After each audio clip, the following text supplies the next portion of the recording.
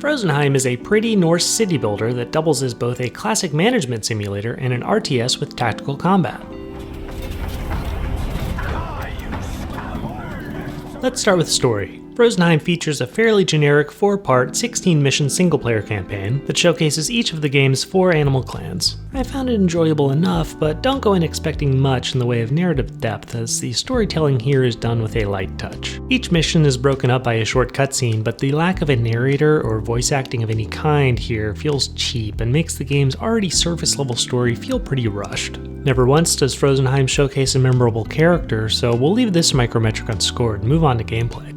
The combat in Frozenheim is a bit of a mixed bag. While intense, the game's attack animations lack impact, and poor unit collision and pathfinding turns most fights into a rugby scrum.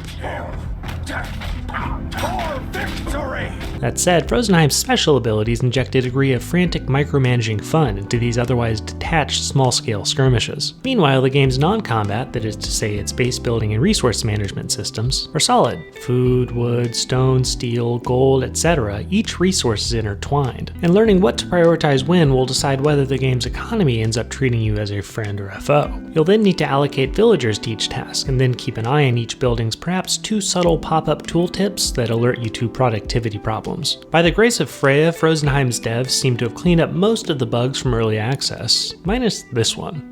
Yeah, proceed with caution. The environmental design of Frozenheim is rather one-note, but benefits from a lovely season system. Watching your warriors go from skipping through springtime flowers to trudging through waist-high snow adds immersion to an already immersive experience. In addition to the campaign, Frozenheim offers players several game modes, including classic AI skirmishes, horde-like survival, and non-combat city building, though most of your fun might come from multiplayer. No boss fights or puzzles in Frozenheim, which brings us to value. At only $20, I think Frozenheim presents a pretty impressive value proposition to fans of the genre, and most players should get more than their money's worth here. Finally, a few words on style. Frozenheim is a beautiful game, boasting high-quality textures and a crisp color palette. Though the game's soundtrack is equally pretty, I found it rather repetitive. I don't have much to say about Frozenheim's simple sound design, so let's wrap up with some scores.